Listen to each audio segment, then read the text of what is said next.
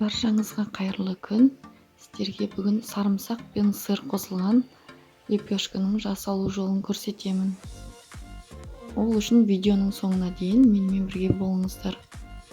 Міне, көріп тұрғандарыңыздай өте жұмсақ шығады. Иісі де мұрынды жарады. Міндетті түрде дайындап көріңіздер. Өте дәмді шығады. Ол үшін ыдысымызға жылы сүт құямыз. Үстінен ашытқы саламыз. Содан соң қант саламыз. Жұмыртқа салып, барлығын жақсылап араластырамыз.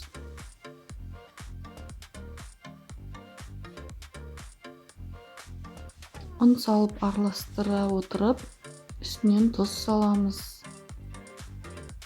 Содан соң бөлме температурасындағы сары майды саламыз.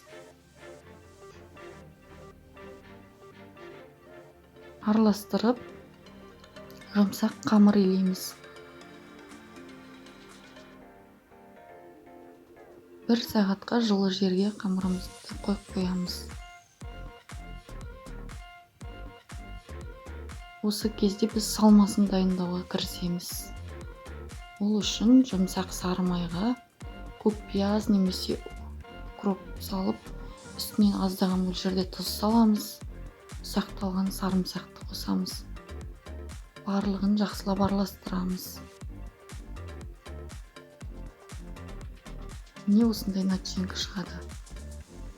Енді қамырымызды үстінен басып, оқтаудың көмегімен жайып аламыз. Үстінен тор пішінінде пышақпен кесіп аламыз. Оның үстінен сырларды орналастырып шығамыз.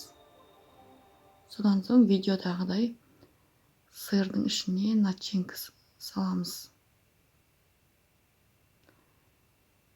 Қызып тұрған пеште қызарғанша пісіріп аламыз.